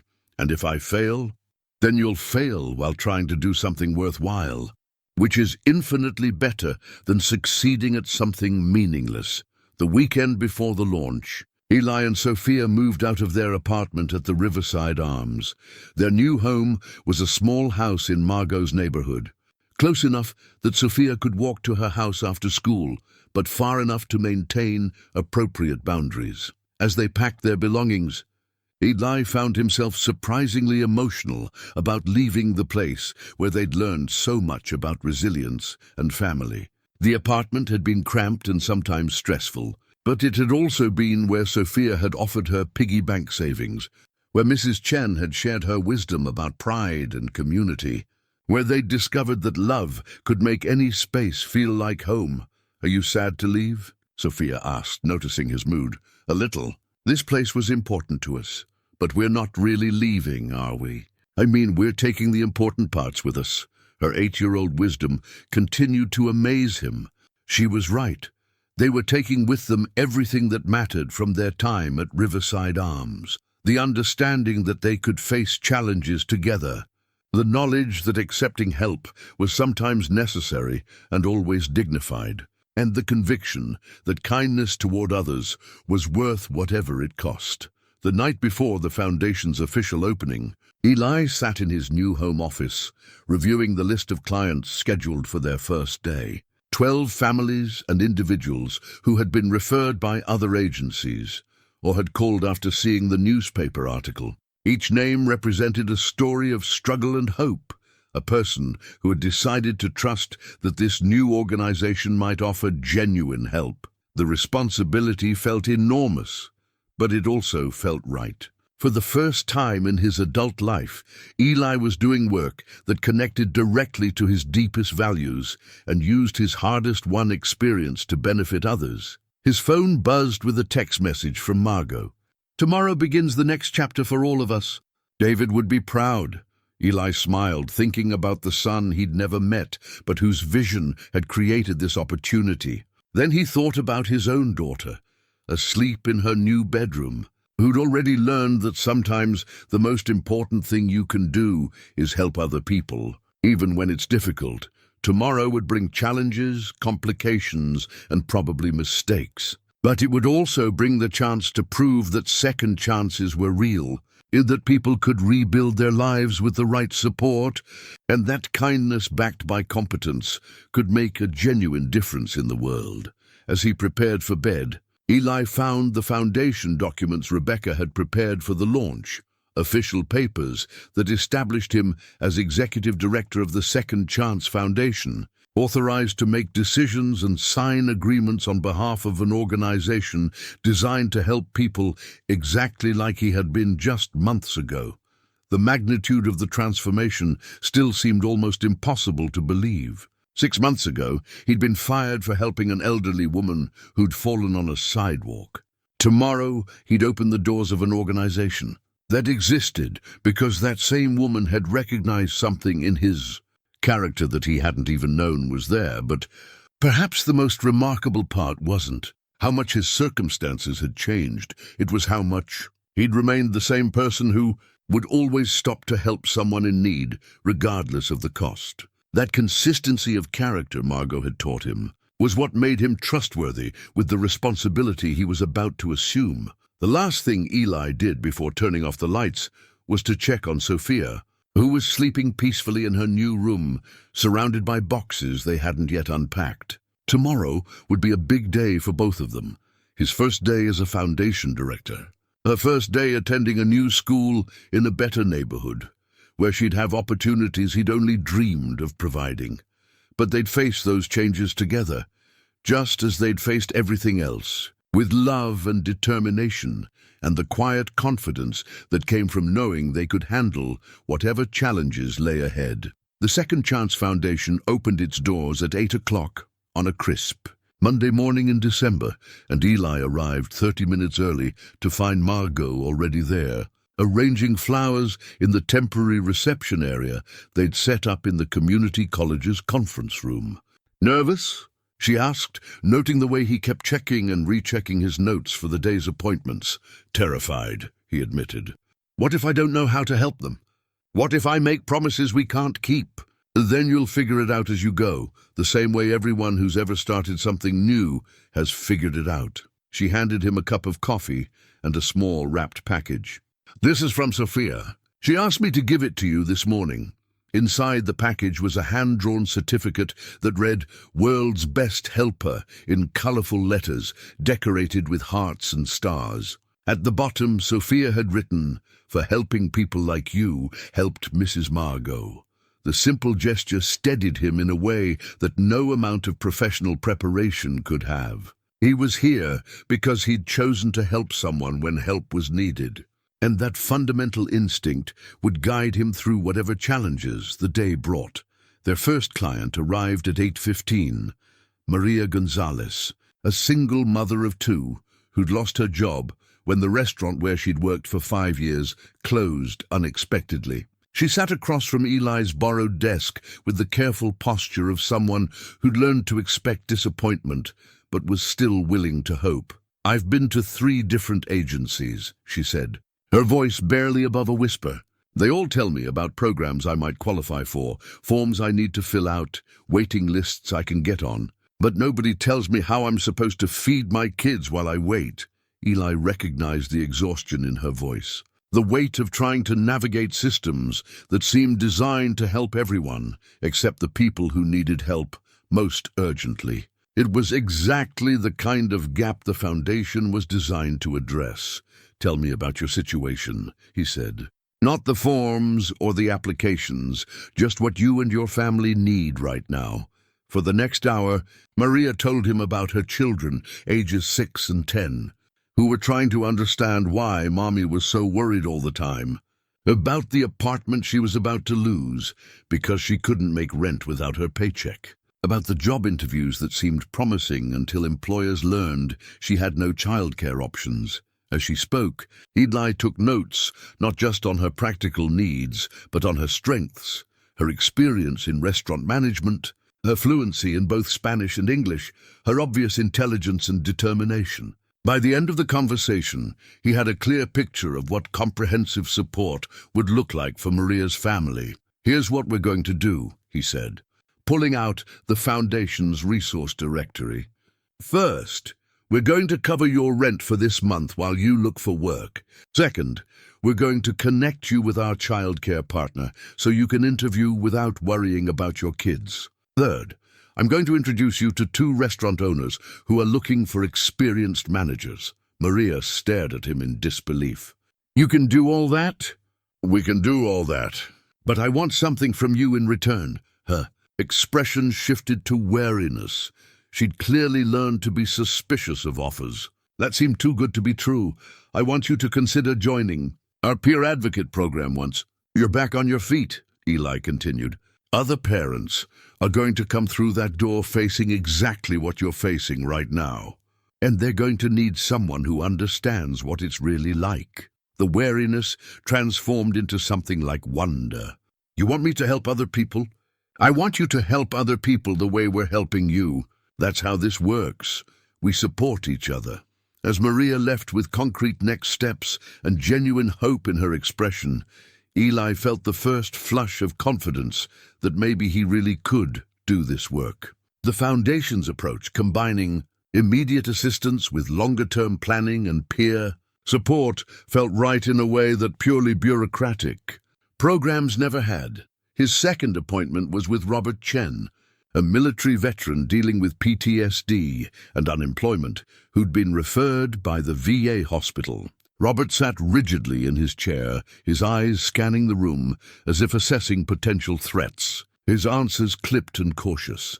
"I don't need charity," Robert said when Eli began explaining the Foundation's services. "I just need people to stop treating me like I'm broken." "Nobody here thinks you're broken," Eli replied. "But it sounds like you're dealing with some challenges that are making it harder to get back to work. Employers see PTSD on an application, and suddenly they're not interested. They're afraid I'm going to have a breakdown in their office or something." Eli nodded, thinking about his own experience with Dale's reference following him from job to job. Different circumstances, but the same frustration of being defined by someone else's prejudices rather than your own capabilities. "What kind of work did you do before the military?" "Electronics repair. I was good at it too. Had my own shop before I enlisted." For the next 30 minutes, they discussed Robert's skills, his goals, and the practical barriers he was facing. By the end of the conversation, Eli had connected him with a veteran-owned electronics company that specifically hired people with military experience, and arranged for him to meet with a counselor who specialized in workplace anxiety. But more importantly, he treated Robert as a competent professional who happened to need some strategic support rather than as a damaged person who needed to be fixed. The day continued with similar conversations. A teenager aging out of foster care who needed help finding housing and employment. An older woman whose husband's death had left her struggling with finances she'd never managed alone. A recent immigrant whose engineering degree wasn't recognized in the United States, but whose skills could be valuable in other fields. Each story was different, but the underlying pattern was consistent. People who had capabilities and determination, but were struggling with systems that were complex, impersonal, or simply inadequate for their actual needs. By 5 o'clock, Eli had met with 8 clients and had developed specific action plans for each one. More importantly, he'd begun to see how the Foundation's integrated approach could address problems that traditional agencies handled in isolation. "How did it go?" Margot asked as they locked up the temporary office. "Better than I expected." "Different than I expected." He paused, trying to articulate what he'd discovered. "I thought I'd be helping people the way I wish I'd been helped when I was struggling. But it's more than that. I'm helping people the way they actually need to be helped, which isn't always the same thing." "What's the difference?" "When I needed help, I was so focused on immediate crisis management that I couldn't think strategically about building stability. But these people, they're not just looking for emergency assistance. They're looking for someone who believes in their potential and can help them create sustainable solutions." Margot smiled. "That's exactly what David hoped would happen. He believed that effective help had to address both immediate needs and long-term possibilities." That evening, Eli picked up Sophia from her after-school program at Margot's house and listened to her excited account of her first day at the new school. Better teachers, smaller classes, a library with books she hadn't read yet, and friends who were interested in the same things she was. "How was your first day at work?" she asked as they drove home. "Good, hard but good. I met some really nice people who are going through tough times, and I think we're going to be able to help them, like Mrs. Margot helped us." Exactly like that. As they pulled into their driveway, Eli realized that Sophia was right. They were continuing a chain of help that had started when Margot recognized something worth investing in, just as he was now recognizing that same potential in the clients who would trust the Foundation with their hopes for better lives. The work would be challenging, and he'd undoubtedly make mistakes along the way. But today had proven that the Foundation's vision was sound, and that he had the skills and instincts necessary to help people rebuild their lives with dignity and hope. Most importantly, he'd learned that leading a foundation wasn't about having all the answers. It was about asking the right questions and caring enough about the answers to do whatever it took to help. 3 months later, the Second Chance Foundation hosted its first public fundraising event, a dinner at the community college where Eli had taken his nonprofit management classes. The timing was deliberate. Margot wanted to celebrate their early successes while building support for the permanent facility they'd finally found, and were preparing to purchase. The evening represented everything the Foundation stood for, but it also represented Eli's greatest challenge yet as executive director. Speaking to donors about the organization's impact was very different from working directly with clients, and the pressure to secure ongoing funding weighed heavily on his shoulders. "Remember," Margot said as they reviewed his speech one final time, "these people aren't here because they want to hear statistics about poverty. They're here because they want to feel connected to something meaningful." Eli nodded, but his stomach was still tied in knots. The attendees would include some of the city's most prominent business leaders, politicians, and philanthropists, people whose continued support would determine whether the Foundation could expand its programs or would have to scale back its ambitions. The event space looked elegant despite its modest venue. Sophia had helped arrange flowers from Margot's garden on each table, and several clients had contributed artwork and handwritten thank you notes that were displayed around the room. The atmosphere was warm and welcoming rather than formally intimidating. As guests arrived, Eli circulated through the crowd, making conversation and trying to calm his nerves. He'd expected to feel out of place among such successful people. But several attendees approached him with genuine curiosity about the foundation's work and thoughtful questions about their approach. "I understand you take a different approach than most social service agencies," said Catherine Walsh, a prominent attorney whose family foundation was considering a major grant. "Can you explain what makes your program unique?" "We focus on the whole person, not just their immediate crisis," Eli replied. "When someone comes to us for help with rent, we also ask about their employment goals, their children's education needs, their long-term plans for stability. Then we coordinate services to address all of those areas simultaneously. And that works better than the traditional approach. It works better because it recognizes that people's problems are interconnected. You can't solve unemployment without addressing childcare. You can't address housing insecurity without dealing with income stability. Everything affects everything else." Catherine nodded thoughtfully. "It sounds more complex to manage." "It is more complex. But it's also more effective because it treats people as whole human beings rather than collections of separate problems." Similar conversations continued throughout the cocktail reception.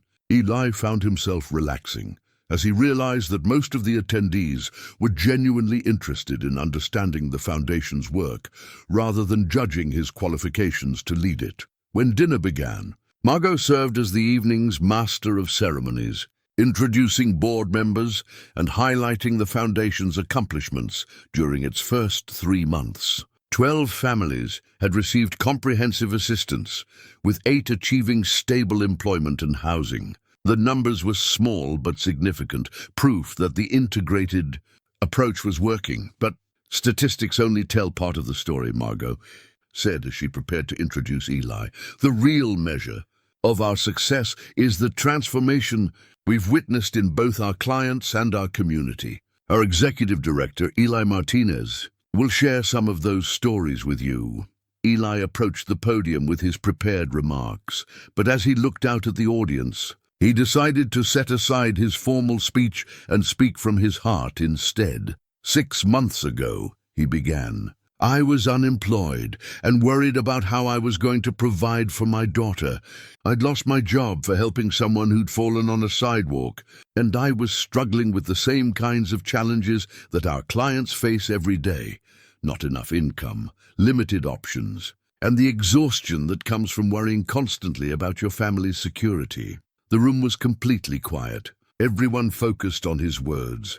I'm standing here tonight not because I'm smarter or more capable than the people we serve, but because I was fortunate enough to encounter someone who saw potential in me that I didn't see in myself. Someone who offered me not just a job, but an opportunity to rebuild my life with dignity and purpose.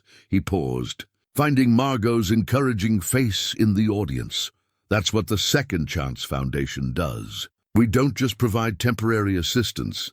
We help people discover and develop their own potential. We offer not just resources, but relationships. Not just solutions to immediate problems, but pathways to long-term stability.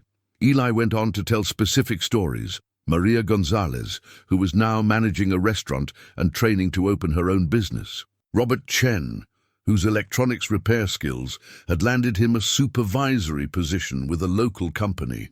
The teenager from foster care who was attending community college while working part-time and living in his own apartment. Each of these stories represents what's possible when we combine practical support with genuine respect for people's abilities and aspirations, he continued. When we treat struggling families as partners in solving their own challenges, rather than passive recipients of charity, he concluded by describing the Foundation's vision for its permanent facility, place where families could access employment training, childcare, financial counseling, and peer support all under one roof, where children could do homework while their parents attended job interviews. where people who had successfully rebuilt their lives could mentor others who were just beginning that journey. This isn't just about helping individuals, Eli said. It's about strengthening our entire community by ensuring that everyone has the opportunity to contribute their talents and energy to our collective well-being. The applause that followed was sustained and genuinely enthusiastic. But more importantly, Eli could see in people's faces that his words had connected with something deeper than charitable obligation. They'd connected with a vision of community that resonated with their own values and aspirations. During the remainder of the evening, multiple donors approached him with commitments of support that exceeded the foundation's fundraising goals. But the conversation that meant the most to him came from an unexpected source. Eli Martinez? A familiar voice made him turn around. It was Jennifer from Rapid Express Delivery, the woman who'd offered him a job months ago, only to rescind the offer after checking his references. "Jennifer," he said, unsure how to respond. "I owe you an apology," she said directly. "I called your previous employer and let their reference influence my decision. I should have trusted my own assessment of your character. It's okay. Things worked out better than I could have imagined, that's clear. But I wanted you to know that we've changed our reference-checking procedures because of what happened. We focus more on the person sitting in front of us than on what someone else says about them." The apology was unexpected, but appreciated. It reminded Eli of how far he'd traveled from that desperate afternoon when Jennifer's rejection had felt like the end of his options. As the evening wound down, Eli found himself standing with Margot and Sophia near the display of client artwork. Sophia had stayed for the entire event, listening attentively to the speeches and conversations, absorbing lessons about service and community that would stay with her for years to come. "Are you proud of Daddy?" Margot asked Sophia. "I'm always proud of Daddy, but tonight I'm proud of all the people he's helping too. They're very brave." Her observation was characteristically insightful. The clients who'd trusted the foundation with their hopes and fears had indeed been brave enough to believe that things could get better, brave enough to accept help when they needed it, brave enough to work toward goals that had once seemed impossible. "You did beautifully tonight," Margot told Eli as they prepared to leave. "David would have been amazed by what you've accomplished." "What we've accomplished," Eli corrected. "None of this would exist without your vision and support, and none of it would work without your heart and understanding. That's what makes this partnership so powerful." As they drove home, Sophia fell asleep in the back seat, exhausted by the evening's excitement. Eli glanced at her in the rearview mirror, marveling at how much their lives had changed. Since that morning when she'd offered her piggy bank savings to help with rent, money, the foundation was no longer just an idea or a hope. It was a functioning organization that was making a real difference in people's lives. But more than that, it had become a demonstration of what was possible when people chose to see the best in each other and work together toward something larger than their individual concerns. Tomorrow would bring new challenges, new clients with complex needs, new opportunities to prove that second chances were real and that every person had value worth investing in. But tonight, Eli felt the quiet satisfaction that came from knowing he was exactly where he belonged, doing exactly the work he was meant to do.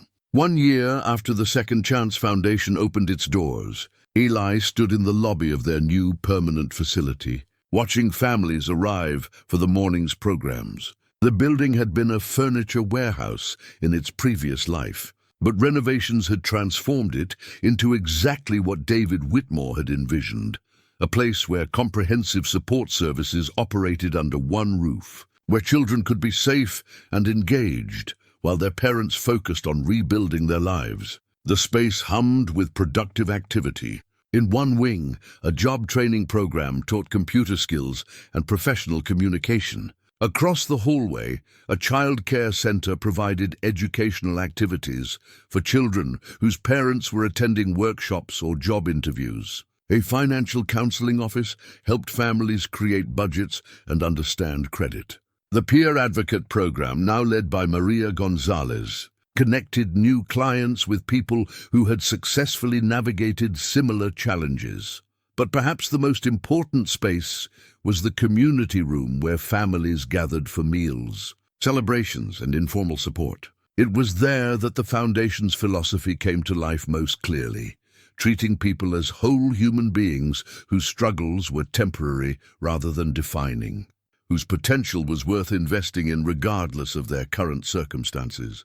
"Busy morning," Margot observed, joining Eli near the reception desk, where Sophia was helping the volunteer coordinator organize files during her spring break from school. "The good kind of busy," Eli replied. "The kind that means people believe we can help them." In the year since the Foundation's launch, they'd served 87 families and individuals. 62 had achieved stable employment, 49 had secured permanent housing, and 31 were enrolled in educational programs. But the statistics that mattered most to Eli were less quantifiable: the confidence he saw returning to people's faces, the way children relaxed when they knew their parents were getting the support they needed, the growing network of peer relationships that extended far beyond the Foundation's formal programs. Mr. Martinez, a young woman, approached the reception desk, her baby balanced on her hip and uncertainty written across her face. "I called yesterday about getting some help." Eli recognized the expression, hope mixed with wariness, the careful posture of someone who'd learned not to expect too much from systems that claimed to offer assistance. It was the same expression he'd worn during his own periods of struggle, the same expression every client brought through their doors. "Of course," he said, extending his hand. "I'm Eli. Why don't we sit down and talk about what you and your family need?" As he led the young mother toward his office, Eli reflected on how natural this interaction had become. A year ago, he'd worried constantly about whether he knew enough to help people, whether his lack of formal credentials would limit his effectiveness. Now he understood that the most important qualification for this work was something that couldn't be taught in graduate school: the ability to see people as they truly were, rather than as their circumstances might suggest. His office reflected the same philosophy. Instead of the intimidating institutional furniture found in most social service agencies, he'd chosen comfortable chairs that encouraged conversation, artwork created by clients' children, and family photos that reminded visitors they were talking to someone who understood the challenges of single parenthood. "Tell me about your situation," he said to the young mother, whose name was Angela.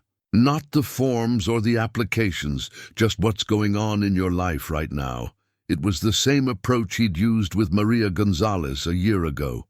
The same approach that had made all the difference in his own life when Margot had seen past his circumstances to his potential. As Angela told her story, job loss, eviction threat, a baby who needed consistent health care, Eli took notes not just on her problems, but on her strengths, her goals, her vision for her family's future.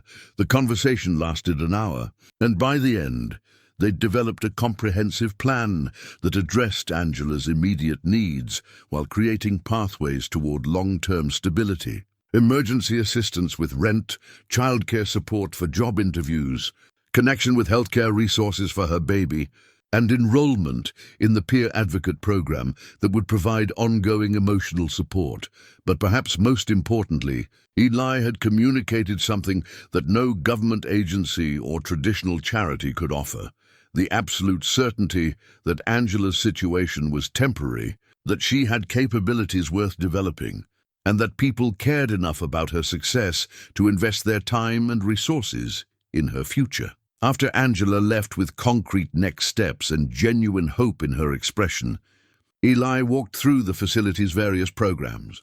In the job training classroom, Robert Chen was teaching electronics repair to a group of veterans who'd struggled with civilian employment. In the childcare center, Sophia was reading to a group of preschoolers whose parents were attending financial counseling sessions. In the community room, Maria Gonzalez was facilitating a support group for single parents who were navigating the challenges of balancing work and family responsibilities. Each scene represented the Foundation's core insight that effective help had to be comprehensive, respectful, and grounded in the understanding that people's problems were interconnected and their potential was unlimited. "Proud of what you've built?" Margot asked, finding him in the community room as the day's programs were winding down. "Proud of what we've built together," Eli corrected. "And proud of what our clients have built for themselves." That evening, the three of them, Eli, Margot, and Sophia, shared dinner at Margot's house, a tradition that had developed naturally over the months. The conversation ranged from Sophia's school projects to foundation business to Margot's latest book, which explored themes of resilience and community that had been shaped by her work with the foundation. "I've been thinking about David lately," Margot said as they cleared the dishes. "About how pleased he would be with what the foundation has become. He'd be proud of you for making his vision real," Eli replied.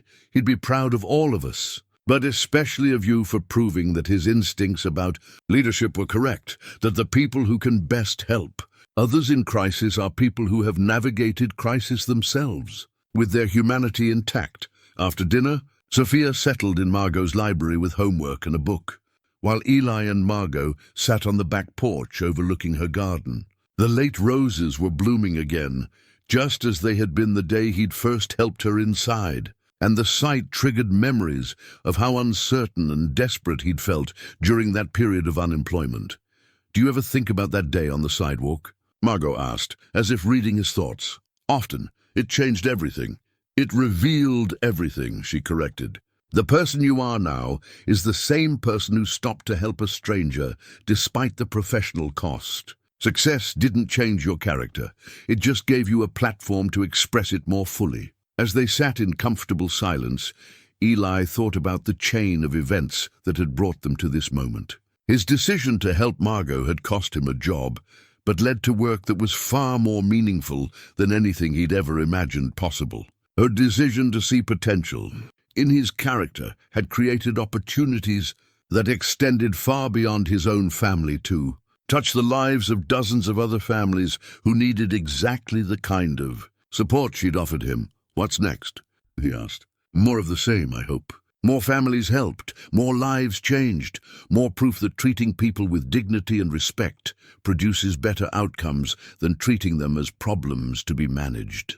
She paused, watching Sophia through the window as she worked on her homework with the focused attention of a child who loved learning. "And maybe," Margot added, "more people like you discovering that their own experiences with struggle have prepared them to help others in ways they never expected." Later that night, after they'd returned home, Eli tucked Sophia into bed and listened to her account of the day's activities. At 9 years old, she'd absorbed lessons about service and community that would guide her throughout her life. Lessons that came not from textbooks, but from watching adults choose to help each other regardless of the cost. "Daddy," she said as he turned off her light, "remember when we were worried about rent money and I gave you my piggy bank?" "I remember. I'm glad that happened. Not because we were poor, but because it taught us that families help each other.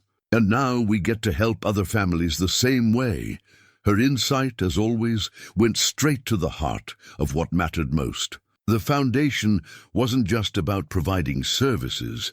It was about creating a community where people looked out for each other, where temporary struggles didn't define permanent worth, where everyone had the opportunity to both receive help and offer it to others.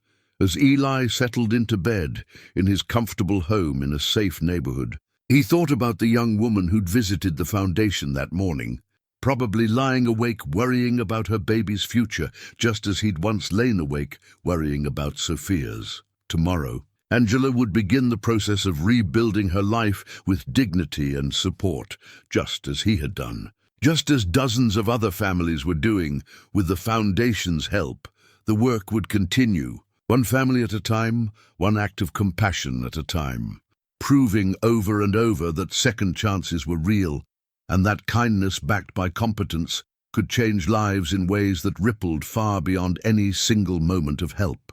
Outside his window, the city slept peacefully, full of people whose stories were still being written, whose potential was still waiting to be discovered, whose capacity for both receiving and offering help would create the foundation for whatever came next. And in the morning, the work would begin again, grounded in the simple truth that everyone deserved to be seen as they truly were, human beings of infinite worth whose temporary struggles were simply chapters in larger stories of resilience, growth, and hope.